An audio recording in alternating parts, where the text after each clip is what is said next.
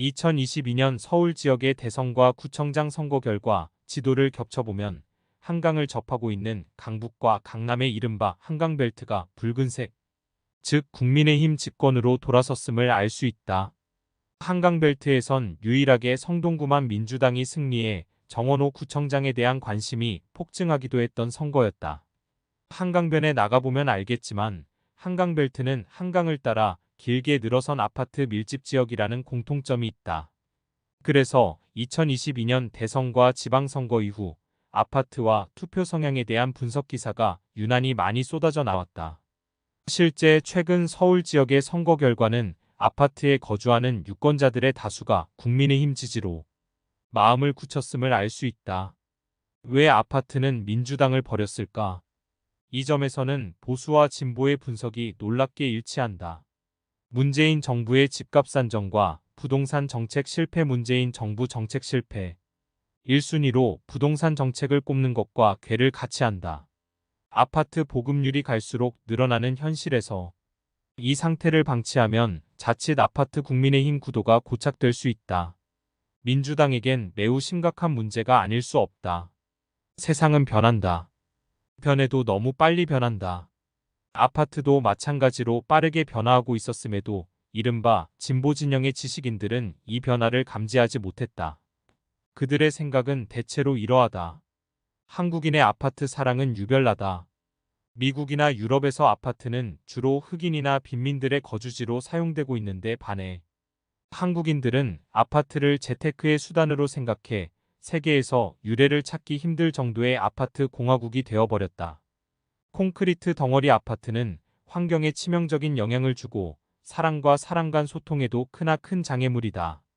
층간소음으로 인한 살인사건, 임대 아파트 아이들의 통학로, 봉쇄 등 아파트 단지는 그들만의 성으로 군림하며 주민들 간의 소통을 가로막고 있다.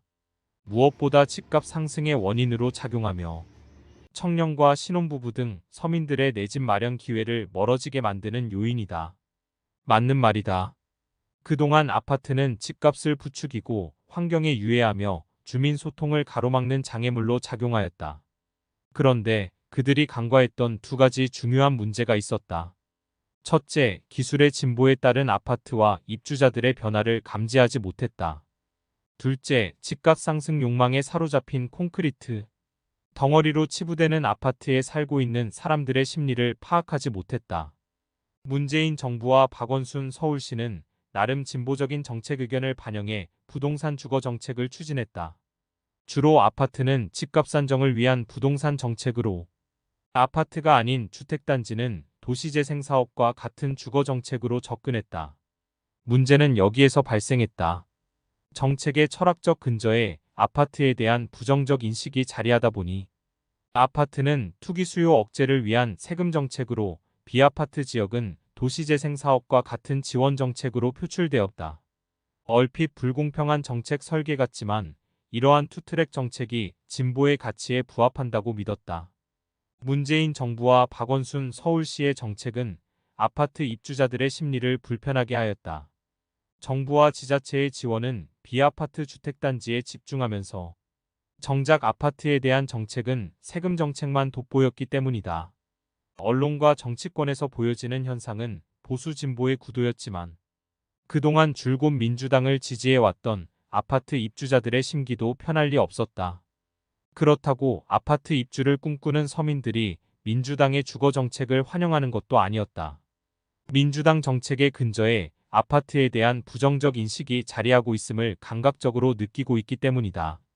이미 국민의 절반 이상 다수가 아파트에 거주하고 있는 현실에서 진보는 언제까지 서구의 아파트 타령하며 콘크리트 덩어리 아파트 공화국이라고 비판만 할 수 있을까?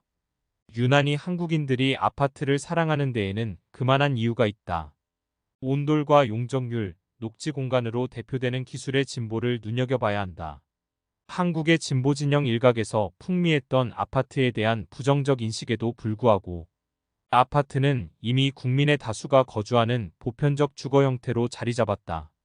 40-50대 이상 세대에게 고향하면 떠오르는 이미지가 좁은 골목길, 전봇대, 연탄 등과 같은 것이라면 20대 이하 세대에게 고향은 곧 아파트이다. 이렇듯 아파트가 한국의 보편적 주거 형태로 자리 잡은 데에는 최근 40여 년간 놀라운 속도로 발전한 기술의 진보를 빼놓을 수 없다. 우선 한국 아파트와 외국 아파트의 가장 큰 차이점은 온돌이라고 하는 한국식 난방 시스템이다. 만약 온돌이 아파트에 깔리지 않았다면 아파트에 대한 선풍적 인기는 없었을 것이다. 아파트 하면 을에 등장하는 성냥갑이라는 오명은 옆으로 길게 늘어선 판상형 아파트 단지에서 기인한다. 유럽의 아름다운 도시와 비교해 성냥갑 모양의 판상형 아파트가 많은 비판을 받아왔는데 여기에는 나름의 장점이 있었다는 사실이 간과되었다. 사계절이 뚜렷한 우리나라는 예전부터 집을 고르는 첫 번째 기준이 남향이었다. 남향집이어야 추운 겨울에도 거실 안까지 햇빛이 들어와 난방비를 줄이고 따뜻하게 생활할 수 있기 때문이다. 아파트 건축에서 기술의 진보를 떠올릴 때 중요한 키워드가 바로 건폐율과 용적률이다. 그동안 한국 정치에서 보수는 주로 용적률을 높이기 위해, 진보는 적정선 아래로 제한하기 위해 정책적으로 대결하였다.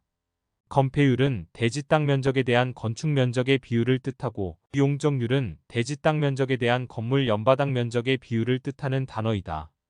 한국인들의 유별난 아파트 사랑에는 건폐율과 용적률에 숨어있는 생활의 질적 만족도 때문임을 진보는 간과했다. 1970-80년대 유년기와 청소년기를 보냈던 사람들은 동네 주택가 골목에서 친구들과 딱지치기하고 다방구하며 놀았던 추억을 떠올리지만 지금 주택가 골목에는 자동차 한 대 빠져나가기 힘들 정도로 차량이 가득하다. 당연히 주택가에서 아이를 키우는 부모들은 한 푼이라도 더 모아서 우리 애들이 안심하고 놀 수 있는 아파트로 이사하길 희망한다. 이러한 희망을 재테크에 눈이 멀어 영끌하는 사람으로 지칭하는 것은 부당하다.